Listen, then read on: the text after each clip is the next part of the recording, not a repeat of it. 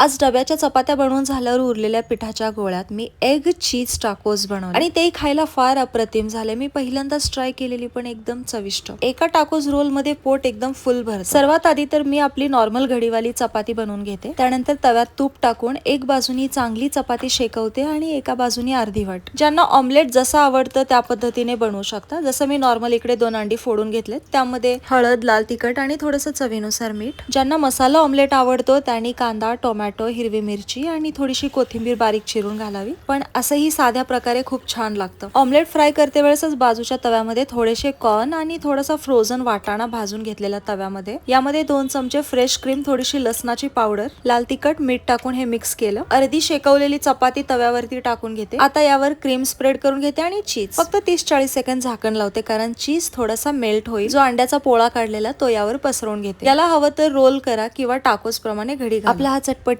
एक चीज tacos role ready आहे। तर मंडळी, या खायला, आणि तुम्हाला माझी रेसिपी आवडली असेल तर लाईक, कमेंट करायला विसरू नका। भेटू परत, बाय।